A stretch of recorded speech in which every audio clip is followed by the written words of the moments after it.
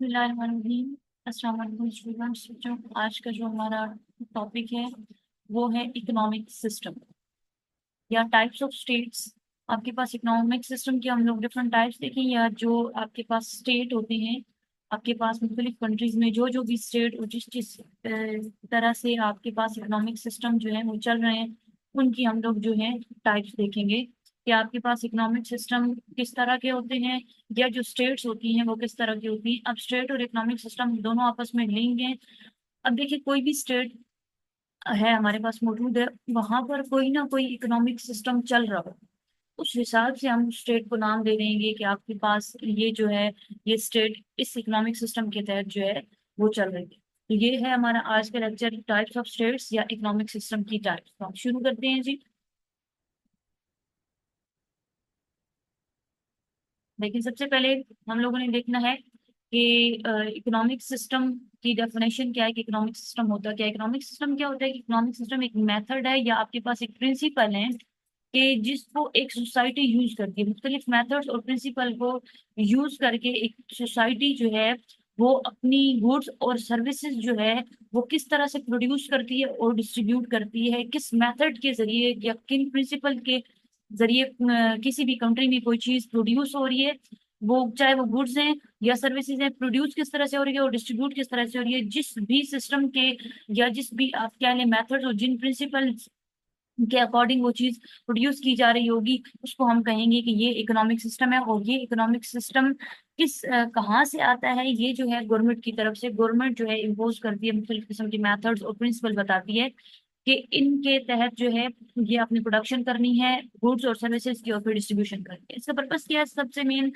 Purpose है आपके पास economic system का कि रिसोर्सेज की एलोकेशन होती है, डिस्ट्रीब्यूशन ऑफ वेल्थ होती है। कि आपके पास अगर एक इकोनॉमिक सिस्टम मौजूद होगा तो रिसोर्सेज की एलोकेशन बहुत अच्छी तरीके से होगी, आपकी वेल्थ की डिस्ट्रीब्यूशन होगी, और इकोनॉमिक स्टेबिलिटी जो है वो प्रमोट होगी, और जो ग्रोथ है और इकोनॉमिक स्टेबिलिटी है वो प्रमोट होगी। यानी कि अगर आपके पास एक इकॉनमी है, वो किसी भी सिस्टम के अंदर या किसी भी मेथड और प्रिंसिपल के तहत नहीं चल रही, यानी कि हर एक ने अपना एक अलग सिस्टम बनाया हुआ है, आजाद तरीके से सारा काम हो रहा है, तो वहां पर आपके पास सारे के सारे प्रॉब्लम्स क्रिएट हो जाएंगी। यानी कि आप यही कह लें कि हर शख्स की अपनी ही शाही बनी हुई होगी। किसी भी किस्म का कोई प्रिंसिपल्स, कोई मेथड्स या इस किस्म के कोई भी एक, आप ये कह लें कि आपके ऊपर कोई भी सिस्टम इम्प्लीमेंट नहीं किया जाएगा। मतलब सिस्टम के जो प्रिंसिपल्स हैं या मेथड्स हैं वो इम्प्लीमेंटेशंस नहीं है। आपके पास एक आज़ाद निज़ाम है, हर शख्स अपना ही ये कह लें कि अपनी हाँ करा होगा।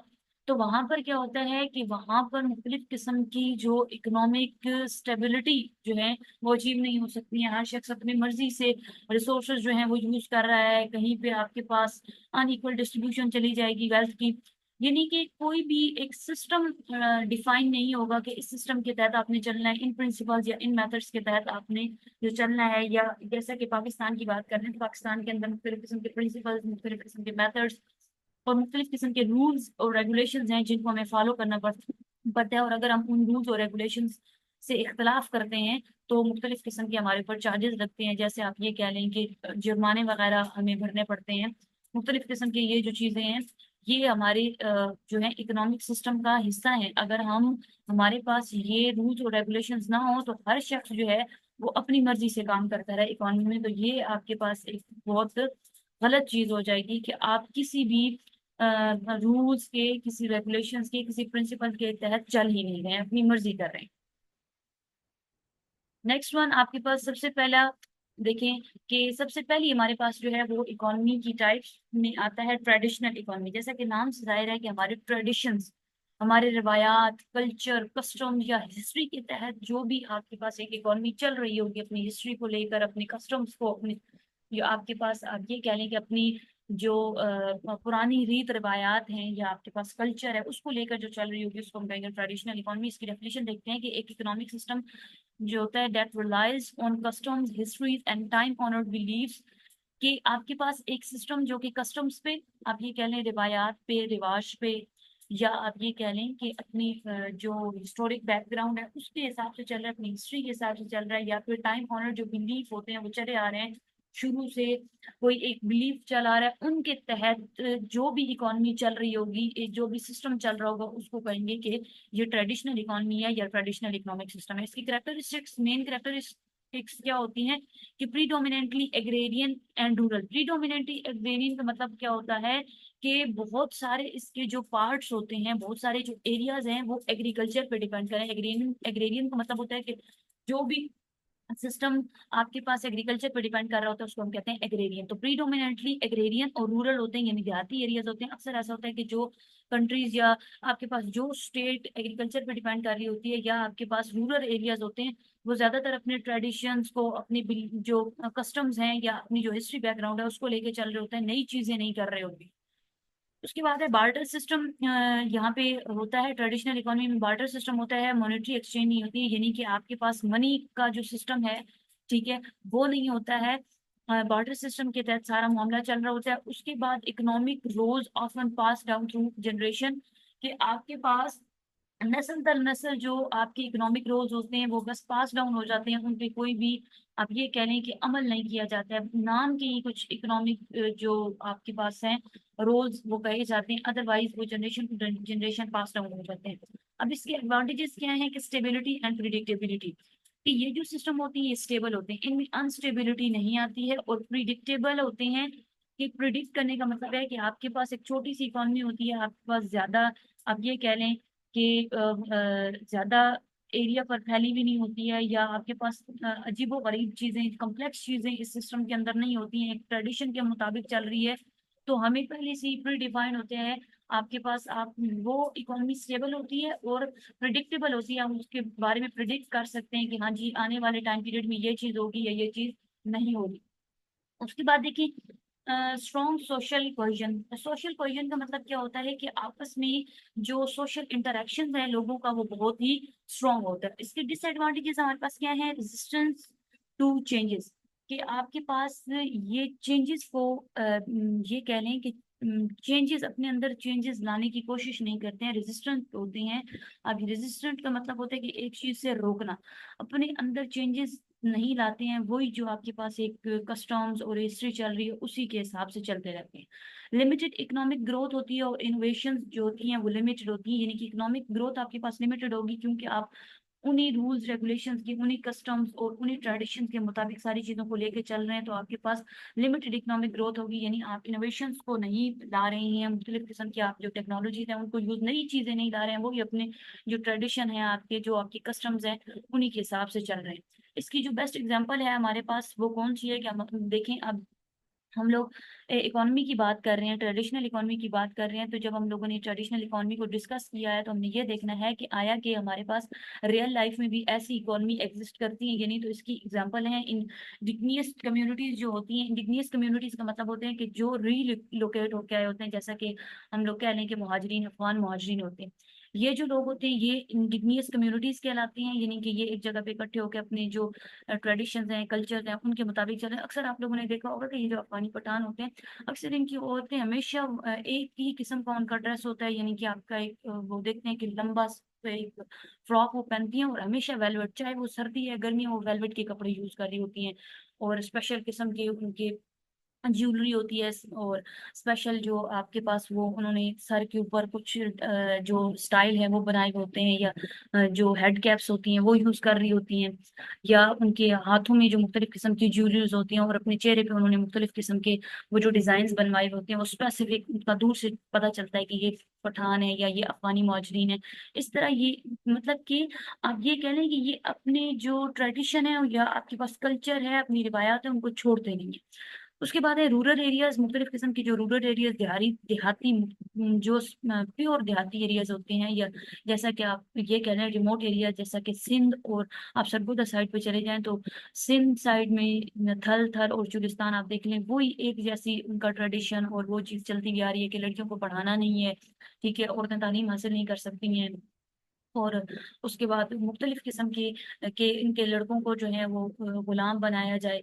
जो वहाँ के जितने भी मर्द होते हैं वो शाही निज़ाम उनका होता है कि एक वडेरा, जिसको आप वडेरा सिस्टम कहते हैं, कि जो मर्द हैं वो सारे उन्होंने गुलामी करनी है, और जो औरतें हैं वो जो उनकी खवातीन हैं उनकी गुलामी करेंगी, उन्होंने पढ़ना नहीं है। और पढ़ जो आप वहाँ पे तालीम को एक बहुत ही गलत चीज समझा जाता है, मतलब कि ये अपनी वो ही एक ट्रेडिशन जो पुरानी चलती आ रही है, एक जो रीत रिवायत चलती आ रही है, उसी पे ये लोग चल रहे होते हैं।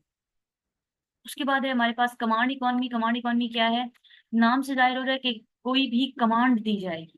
अब देखिए, कमांड देने का मतलब है कि एक इकोनॉमिक सिस्टम होता है जहां पे गवर्नमेंट जो तमाम किस्म के डिसीजंस बनाती है, किस चीज से मुतल्लिका, प्रोडक्शन और डिस्ट्रीब्यूशन ऑफ गुड्स और सर्विसेज से मुतल्लिका एक गवर्नमेंट जो होती है वो तमाम के तमाम डिसीजंस लेगी, डिसीजंस बनाएगी, डिसीजन मेकिंग करेगी। तो ये है कमांड इकॉनमी की, यानी कि इकॉनमी में कौन कमांड कर रहा है? गवर्नमेंट कमांड कर रही है। इसकी करेक्टरिस्टिक्स क्या है?